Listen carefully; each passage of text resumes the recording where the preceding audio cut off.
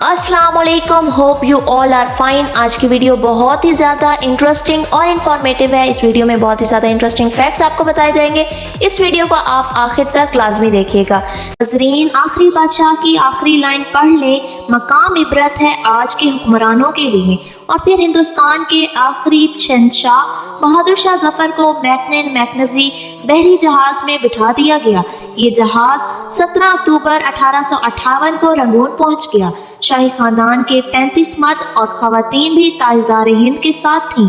Captain Nelson Davis Rangoon का in charge था।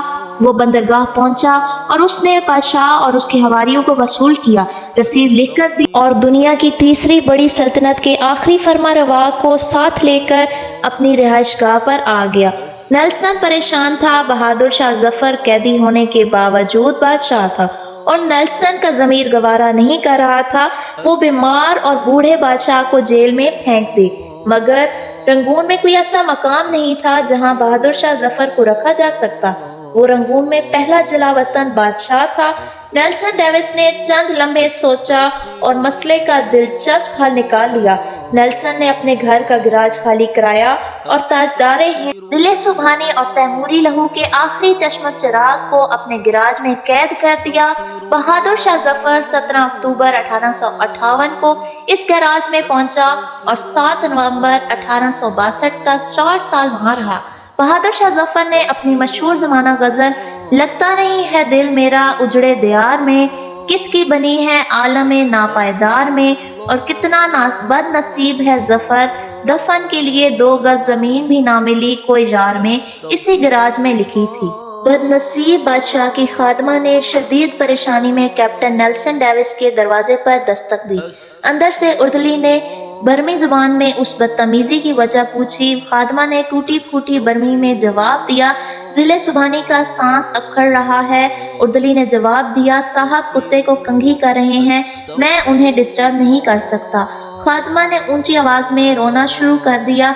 उर्दुली ने उसे चुप कराने लगा मगर आवाज नेल्सन तक पहुंच गई। वो गुस्से में बाहर निकला। खादमा ने नेल्सन को देखा तो वो उसके पाँव में गिर गई। वो मरते हुए बादशाह के लिए गिराज की खिड़की खुलवाना चाहती थी। बादशाह मौत से पहले आजाद और खुली हवा का एक घूंट भरना चाहता था।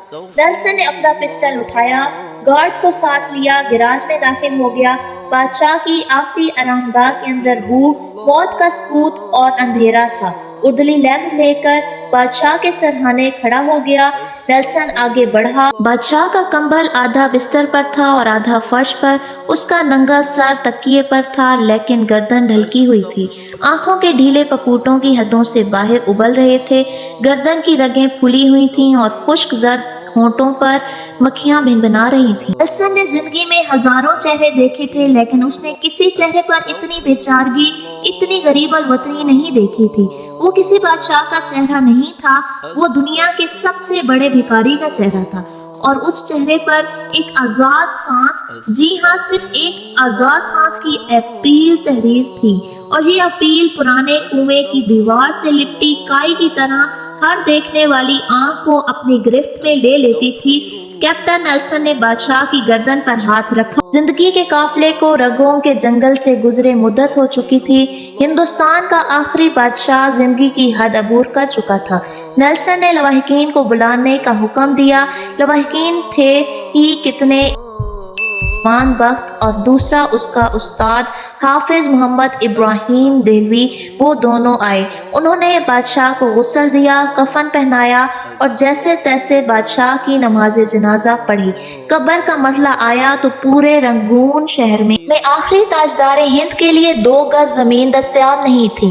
नेल्सन ने सरकारी रिहाइशगाह के अहाते में कब्र खुदवाई और बादशाह को खैरात में मिली हुई मट्टी में दफन कर दिया। कब्र पर पानी का छिड़काव हो रहा था, गुलाब की पत्तियां बिखेरी जा रही थीं तो उस्ताद हाफिज इब्राहिम देहलवी के खजान रसीदा जहन में 30 सितंबर 1837 के वो मनाज़िर दौड़ने भागने लगे जब दिल्ली के लाल किले में 62 बरस के बहादुर शाह जफर को ताज पहनाया गया। हिंदुस्तान के नए बादशाह को सलामी देने के लिए पूरे मुल्क से लाख लोग दिल्ली आए थे और बादशाह जब लबास फाखरा पहनकर, ताज शाही सर पर रख कर और नादिर शाही और जहांगीरी तलवारें लटका कर दरबार आम में आया تو پورا دلی تحسین تحسین کے نعروں سے گونج اٹھا۔ کارچے نکارے بجانے لگے، لگتا نہیں ہے دل میرا اجڑے دیار میں، کس کی بنی ہے عالم ناپائیدار میں، کہہ دو ان حسرتوں سے کہیں اور جا بسیں، اتنی جگہ کہاں ہے دل داغدار میں۔ عمر دراز مانگ کے لائے تھے 4 دن، 2 آرزو میں کٹ گئے 2 انتظار میں، کتنا ہے بد نصیب سفر دفن کے لیے، 2 گز زمیں بھی نہ ملی کوئے جار میں۔ صبح کے تخت نشین شام کو مجرم ٹھہرے، ہم نے پل بھر میں نصیبوں کو بدلتے دیکھا۔ استغفر اللہ